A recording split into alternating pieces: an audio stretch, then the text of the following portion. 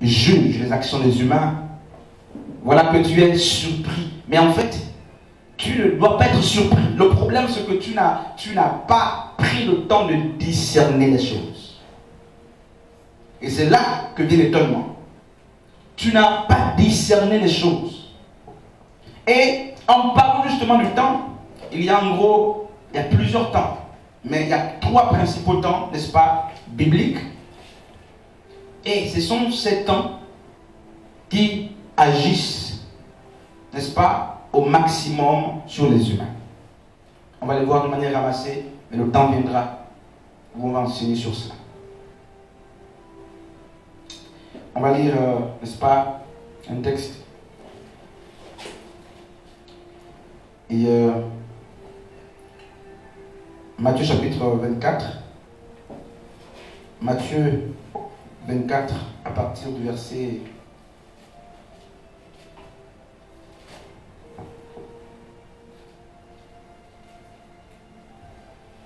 Matthieu 24, à partir du verset... On peut lire à partir du verset 4.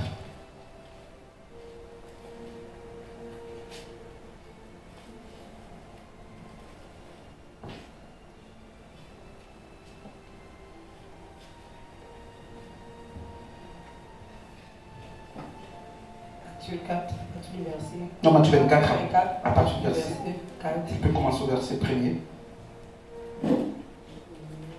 À partir du verset 1. Alors le royaume des cieux sera semblable à 10 vierges. Non, Matthieu 24, Matthieu 25. Donc je vais lire. Matthieu 25. Matthieu 24, à partir du verset 1er. Comme Yeshua s'en allait, au sortir du temple, ses disciples s'approchèrent pour lui en faire remarquer les constructions. Mais il leur répondit, voyez-vous tout cela? En vérité, je vous le dis, il ne restera pas ici pierre sur pierre qui ne soit renversée. Il s'assit sur le mont des Oliviers et les disciples vinrent en privé lui dire, dis-nous quand cela arrivera. Et d'autres disent, n'est-ce pas, et dans notre version, on dit, donne-nous le signe. Donc ici, il dit, dis-nous quand cela arrivera et quel sera le signe de ton avènement et de la fin du monde. Quel sera le signe de ton avènement et de la fin du monde. Et la fin de temps, qu'on a aussi traduit par la fin du monde, je crois que beaucoup qui sont que nous savent. Le mot employé, c'est aion, et c'est le temps. Donc les disciples ont posé la question à Yeshua, quand est-ce que l'événement, les deux événements enchaînés, donc l'avènement et la fin de aion arrivera?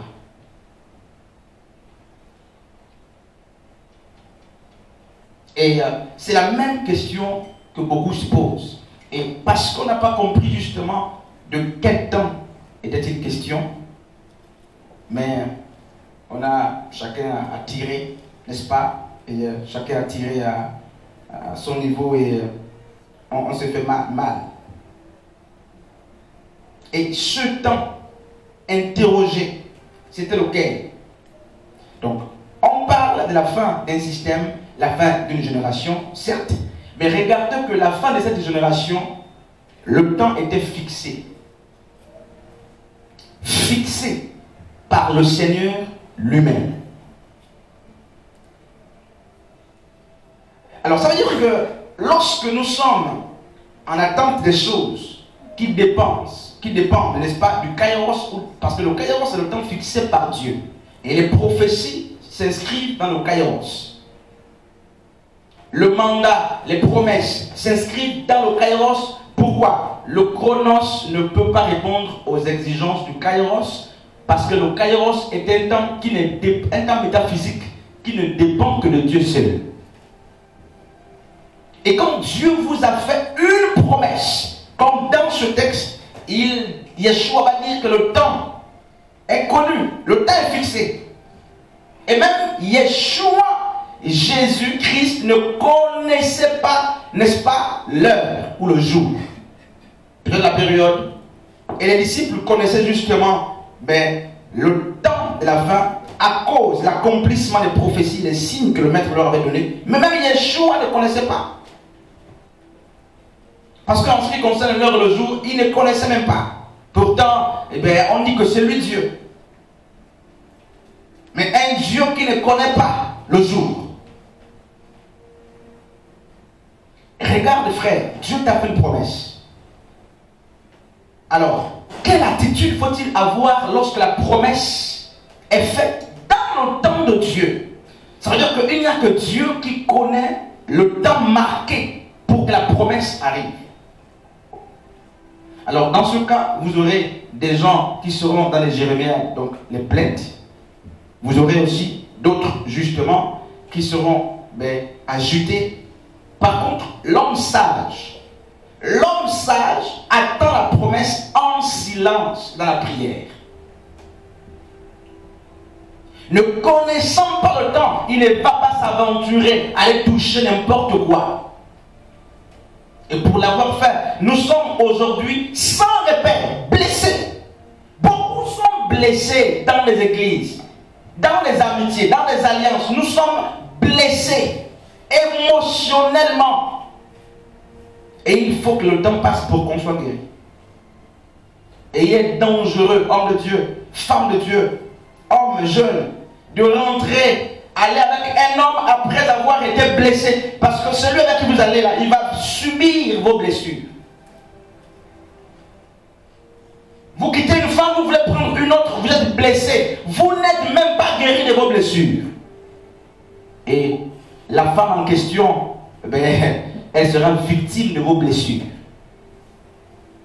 Vous avez été trahi par un ami, vous partez avec notre ami tout de suite, mais le prochain ami sera victime de vos blessures antérieures. Vous êtes blessé pourquoi? Parce que vous n'avez pas discerné le temps qu'il faisait. Le temps pour attendre la promesse que Dieu a faite. Combien n'avons-nous pas, hommes et femmes de Dieu, fait des choix précipités? Est-ce que ta vie aujourd'hui n'est pas le résultat d'une précipitation? Et si tu te poses cette question, est-ce que le fait que tu subisses les amitiés, est-ce que ce n'est pas le résultat du fait que tu n'as pas entendu Dieu et tu n'as pas attendu le temps voulu par le Seigneur? Oui, tu diras, Dieu m'avait fait la promesse. Mais je te pose la question, est-ce que tu as attendu le temps pour que s'accomplisse la promesse que Dieu a faite?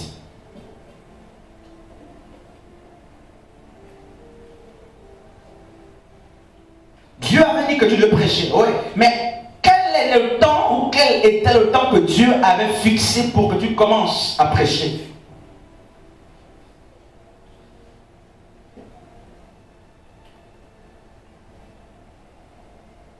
Et les hommes veulent transformer le temps de Dieu à leur temps.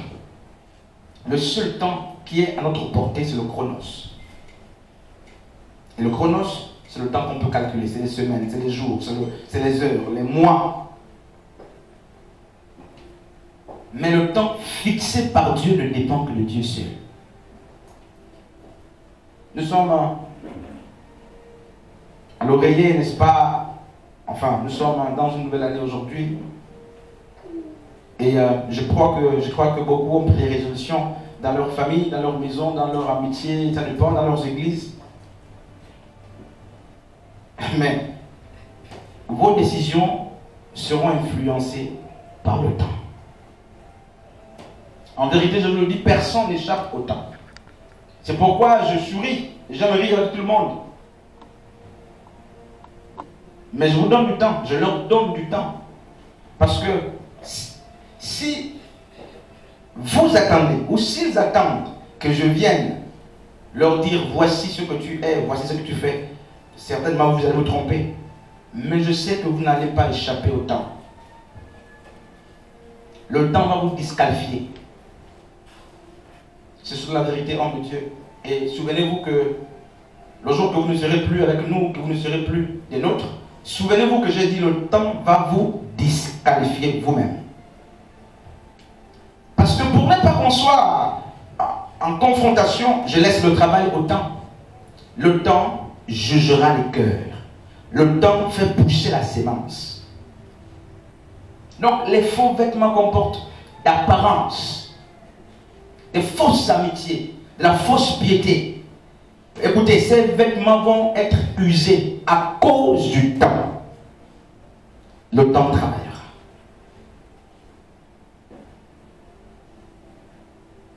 Et tu as vu que ceux que tu disais hier, qu'ils étaient tes amis, regarde avec le temps, tu te retrouves seul. Des gens pour que tu disais c'était tes collègues, regarde avec le temps, tu te retrouves seul. L'homme que tu avais aimé ou qui prétendait t'avoir aimé hier, écoutez, frère, avec le temps, tu te rends compte que c'était de la tromperie. Et que faut-il faire après cela? Il faut la prise de décision. Et de fermes décisions. Parce que prendre des décisions, c'est une chose, mais être ferme sur ces décisions, c'est une autre chose.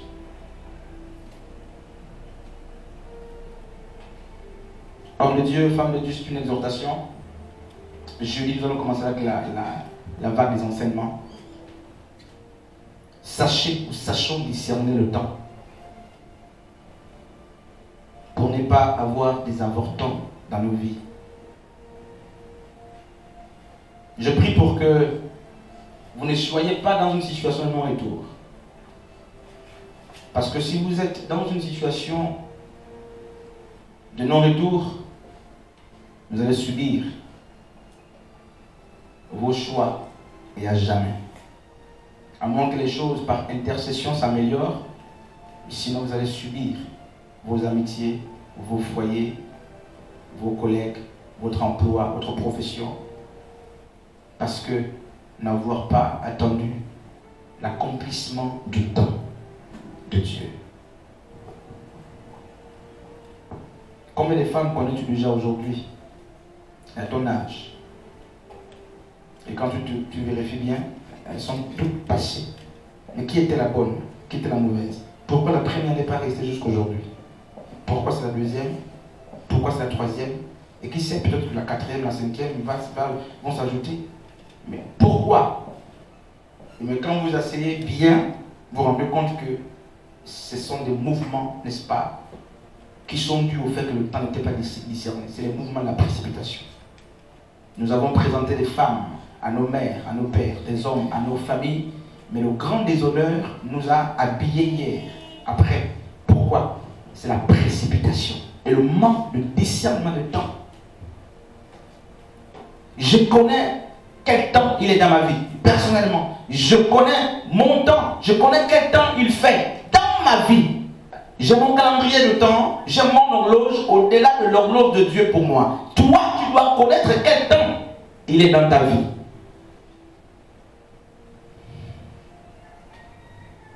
Parce que ton demain, ton avenir en dépend.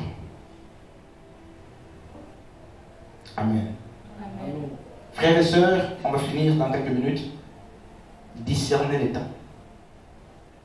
Même les oiseaux du ciel savent discerner le temps.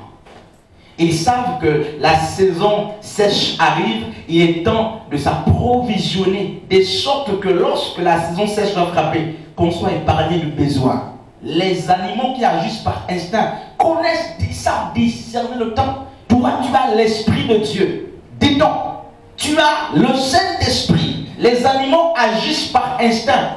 Ils connaissent le temps pour s'approvisionner, pour quitter un environnement pour un autre, de sorte qu'ils soient protégés. Toi, tu as le Saint-Esprit, mais tu es toujours surpris. Amen. Non, je ne savais pas, ça m'a surpris. Ça m'a surpris. Mais les animaux connaissent. Donc, il y a un problème. Il y a un problème. La cigogne connaît, l'oiseau, l'aigle, les animaux, même de la basse-cour. Mais même lorsque je regardais la dernière fois comment les chiens se battaient pour leur maman, leur femme, tout ça, et j'ai examiné, je me suis rendu compte que mais les mâles ne vont même vers les femelles que pas, parce que le temps leur demande d'aller. Les animaux sont, je ne sais pas si tout est éduqué, mais écoutez, si on a raté l'éducation, observons la nature pour qu'on se la traite.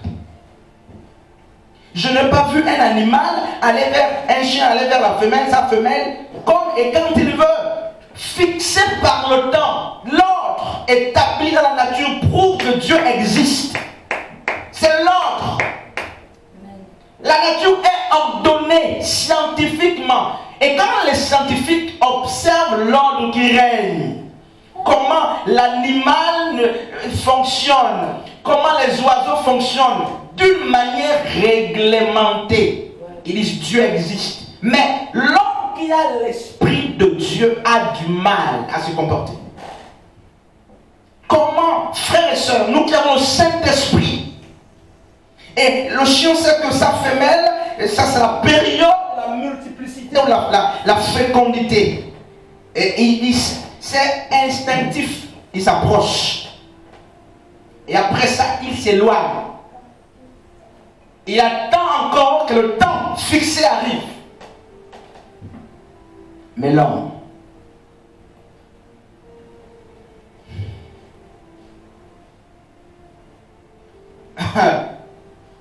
soit c'est les animaux qui ont le Saint-Esprit, soit c'est nous, il y a un problème. Il y a un problème. Non, je suis surpris, j'étais surpris, j'avais fait un mauvais choix. Toute ta vie, une vie de surprise. Quelqu'un qui est habité par le Seigneur. Et la Bible dit, Dieu ne fait rien sans avertir à ses oints. Donc si tu es oint, tu dois être averti. Le problème c'est que Dieu avertit toujours. Mais on ne sait pas discerner le signe. Alors tout pour vous c'est des jeux, tout pour nous c'est des jeux, c'est des jeux. Non, c'est le hasard, c'est des jeux. Mais Dieu parle. Et c'est parfois 5 ans après, 10 ans après, quand la chose arrive. J'avais vu ça hier. Apparemment, ça colle avec ça. Mais tu n'as pas discerné, sinon tu te serais échappé et tu aurais, n'est-ce pas, sauvé plusieurs.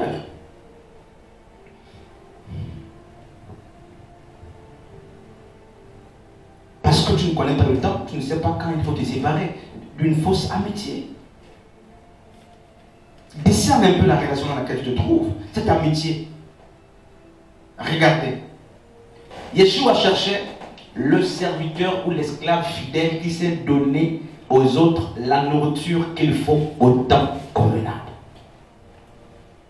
Il dit, quel est l'esclave? Il dit, il y a 2 expressions, fidèle et prudent. Fidèle et prudent. Fidèle et prudent. La prudence et la fidélité de l'esclave, c'est dans la connaissance du temps. Pourquoi?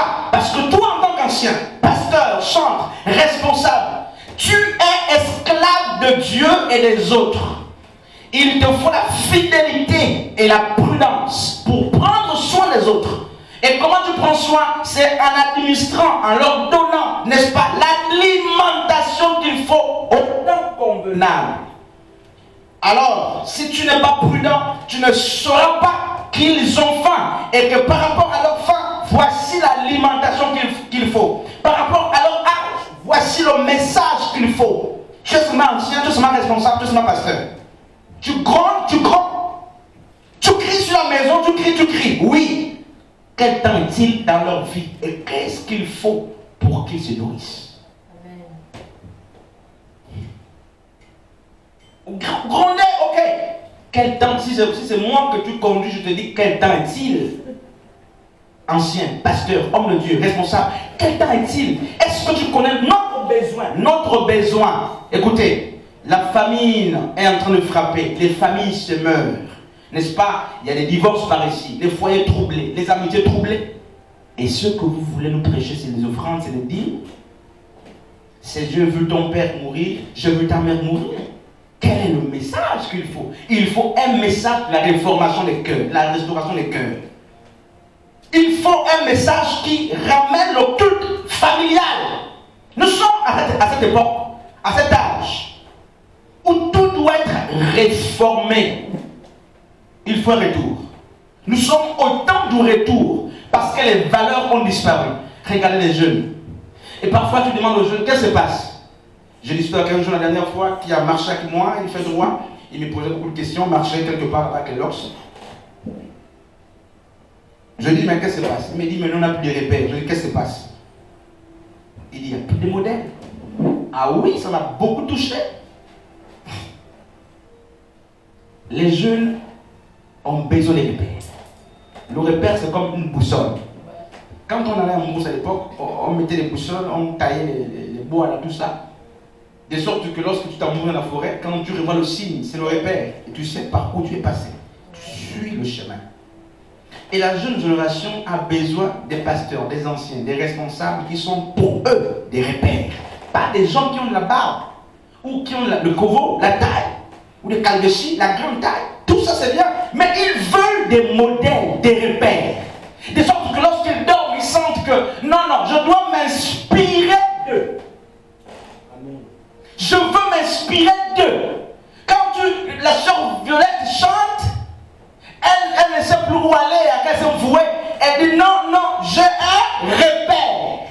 Pas seulement le chant, mais aussi dans la piété, la manière de vivre. Amen. Et quand il n'y a pas de repère, la jeunesse se meurt. On a une jeunesse pervertie. Et donc, les fautes, semble-t-il, sont partagées. Les jeunes veulent une boussole, ou des boussoles, des repères, mais les vieux, c'est fini. Il n'y a pas de repères. Il n'y a pas de modèle à suivre. Est-ce que tu peux être modèle aujourd'hui? Je suis sûr que toi, quand tu te regardes, tu peux être un modèle pour quelqu'un. Ils veulent s'inspirer. Quand on était étudiant au quartier, je voyais les gens qui disaient, j'ai envie d'être comme ce grand-là, porter. Vous voyez ce côté-là. Et beaucoup ont fait des études parce qu'ils avaient des repères. Ils ont regardé les journalistes s'exprimer. Ils ont dit, je veux être comme ce journaliste. Il était une boussole et un repère. Mais nous sommes dans une génération où les repères n'existent plus. Et en plein midi, les jeunes se perdent. Les anciens doivent être des repères. Des responsables doivent être des repères. Modèles en toutes choses. En toutes choses. Je répète encore, frère. En toutes choses. Dans la douceur. Dans la douceur. Il faut que les jeunes voient la douceur en toi. L'amour, la bonté. Tu me dirais, appelle parfait. C'est ce que tu dois être. Afin que l'homme de Dieu soit, n'est-ce pas, accompli. Soyez parfait comme votre Père est aussi parfait. Vous ne pouvez pas diriger les gens si vous ne discernez pas le temps et vous n'arrivez pas à connaître le besoin qu'ils ont. Quel temps est-il? Quel temps est-il sur Joss? Nous sommes à quelle heure? Dans ta vie personnelle. Nous sommes à quel temps? Vous venez à l'église. Nous venons à l'église. Mais nous ne sommes pas des repères, des modèles à suivre. Il n'y a plus de modèles. Mais si nous ne sommes pas des modèles, nous aurons du mal à entraîner derrière nous cette génération qui a plus que besoin de Dieu. Je vais finir. Si Dieu t'a fait une promesse, elle s'est inscrite ou elle s'inscrit dans le Kairos. Le Kairos est un temps gouverné par Dieu seul. Et le non-discernement des temps peut faire en sorte que tu rates de toucher aux choses que Dieu t'a promises. Je vais terminer par ce témoignage. Je dis encore ceci. Le non-discernement, le manque de discernement peut vous faire passer à côté des choses que Dieu vous a promises.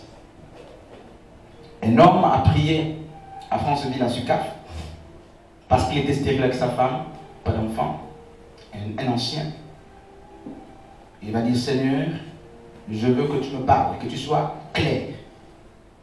Et il va faire un acte de foi, dit-on, c'est son témoignage. Il va prendre une chaise, il va s'asseoir devant la chaise. Il va imaginer que Dieu est assis. Il y a une conversation entre Dieu et lui. Après cela, il va passer à une autre étape. Il va faire un plat. Conduit par la foi, pas par les systèmes ritualistes. Il va faire des courses. Il va faire un plat. Il va faire la table. Et il va dire à Dieu, d'après le songe qu'il avait reçu, Dieu l'avait dit de faire cela, voilà. Il va dire à midi, Dieu vient et nous mangerons. Et c'est là qu'il va réparer ma fécondité. Dieu lui a dit, je vais te visiter à midi. Fais le plat. Il a fait le plat. Par la foi, il a mis ce qu'il fallait. C'est là, Sukaf, dans l'autobus. 11h, 10h, personne, il n'y a pas Dieu. Voici un vieillard qui sort, n'est-ce pas, de la brousse, fatigué, et qui passe. Et le monsieur était en train d'intercéder. Il attendait que Dieu vienne. Cet homme était un homme de foi. Et voici ce vieillard qui passait. Qui va demander à boire à ce monsieur. Et ce monsieur est en train de prier. Il ne va pas prêter attention à ce vieillard. Et le vieillard va passer. Et Dieu n'est jamais venu. Et il dort. Dieu lui dit, je suis venu, je t'ai visité. Tu ne m'as pas reçu. Tu ne m'as pas reçu. Et ce diacre, voilà, c'est le diacre, va dire, mais à quel moment es-tu passé? Dieu lui dit, souviens-toi qu'un vieillard est passé, mal vêtu, sale. Tu ne l'as pas reçu. C'est moi qui passais. Et je suis passé. Et ce monsieur a pleuré. Il a fait ce témoignage à l'église. C'était lors d'un synode. Il a pleuré. Et il a raté. Parce qu'il n'a pas eu le discernement. Il a le même pour plusieurs parmi nous. Parce qu'ils n'ont pas eu un simple discernement, même les anges qui ont visité leur maison ont été chassés par mépris. Le visage fermé, les jeunes qui vous visitent, les enfants, les vieillards, les fous, ça dépend de qui vous visitez. Ben Dieu dit, j'avais faim. Jésus avait dit ça, un jour il dira à plusieurs, j'avais faim, vous ne m'avez pas donné à manger. J'avais soif, vous ne m'avez pas donné à boire. J'étais nu, vous ne m'avez pas habillé. Et beaucoup diront à Dieu, à Yeshua, quand est-ce que nous t'avons vu nu sans t'assister? Et il dira, ces plus jeunes-là, ces hommes-là, les prisonniers, les orphelins, les pauvres, lorsque vous leur faites du bien, c'est à moi que vous faites du bien. Homme de Dieu, le manque de discernement. Et te voici aujourd'hui en train de tourner en rond, tu oublies que c'est parce que tu as raté l'heure de ta visitation. Tu as méprisé l'heure de ta visitation. Tu n'es pas resté prudent. Homme de Dieu, femme de Dieu, c'était une exhortation. Si le temps de la promesse, comme dit Habakkuk,